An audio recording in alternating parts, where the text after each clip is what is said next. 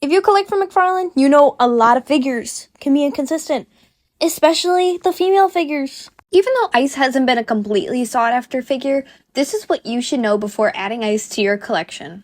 Hi guys, it's Vengeance Cat, and today we're going to be looking at Ice from McFarlane's DC Multiverse line, and we'll be showing you what you need to know before buying it. We'll check out the sculpt, paint, articulation, accessories, and whether this figure deserves a spot in your collection. So we're going to start out with the packaging. We have a window box featuring artwork of Ice on the back.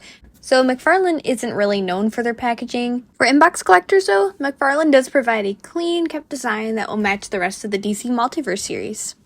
Now let's take her out. Let's talk about one of the most noticeable features of a figure, the sculpt. The head sculpt is definitely one of the strongest aspects of this release. The facial features are clean, they're recognizable, and they capture Ice's comic appearance very well. In my opinion, this is one of my favorite female face sculpts from McFarlane. I love the details on her makeup, and her face sculpt is very feminine, unlike other figures. The costume is also pretty good for Ice. The mold is a reuse of the Batman movie Catwoman, so you do see a couple details from the previous mold, such as the belt, wrists, and the collar of her suit. I do, however, really enjoy having fabric pieces on the figure. It gives a lot, especially when creating dynamic posing. Just make sure not to lift it up because there's some stuff under there that you don't want to see with the bright colors that you cannot see on Catwoman's mold. Now, if you're looking for a completely accurate figure, this might not be for you because of the texturing and some of the additional details from the Catwoman mold.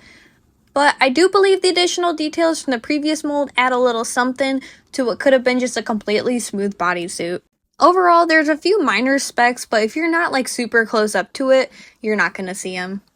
Moving on to the accessories, Ice comes with a couple different Ice effects, as well as her standard display and the collectible card from McFarlane. Overall, the effects look pretty good. It does have kind of like a frosty sheen on top of the ice, but they are hard to get on the figure. It took me a while to get some of the pieces on her and off of her, so I would just be aware of that. As for the articulation, if you handled any recent DC Multiverse figures, you know what to expect. As you can see here, I'm just testing the articulation. I usually test the joints, see how far the arms can bend back, if they can go past 90 degrees. And with Ice today, I did have a problem getting her legs to move. They're stiff again, as is all other McFarlanes, and she wasn't loose at all. There's not that good of head mobility, so I would also consider that when picking her out if you would want her. Her articulation is pretty standard for any McFarlane though. So now I have a couple comparisons for her. We have her next to Nightfall Batman. She's maybe just half a head shorter than him, if that. I also put her next to my Marvel Legends series, Silver Surfer, and this is how she compares. And I would say she scales pretty well with the DC Multiverse series and the rest of the Justice League. To recap, let's go over the pros and cons of this figure. The pros would be having a great head sculpt, great face paint, and an excellent shelf presence with the rest of the Justice League. Ice is kind of a niche character in my opinion. Adding her to the DC Multiverse collection is such a good addition. Some of the cons could be light on the accessories. I honestly do wish we had another hand or a different pose for the hands because the fists, I can't really do a lot with them. And if I don't want to use the ice effects, you can't really do much with fists, in my opinion. Another big con is that some of the body parts are reused from the Catwoman mold, and I can see why that can be unappealing to some people. And then also the minor imperfections and specs that you may find or articulation on any of the McFarlanes from the DC Multiverse line. At the end of the day, McFarlane's Ice is a very strong addition to the DC Multiverse line.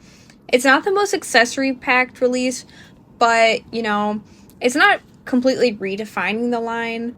I think it's really cool, though, how McFarlane is incorporating more characters that have minimal figures and adding them into the DC Multiverse line so we can have them with, you know, the Justice League or whoever we want them with. You know, if you're trying to build a Justice League display, I will highly recommend this figure. It is such a good addition. But if you're a casual collector, the decision may come down to, you know, if you like the character or how much you love the character. For my review today, I'm going to give Ice a solid 8 out of 10.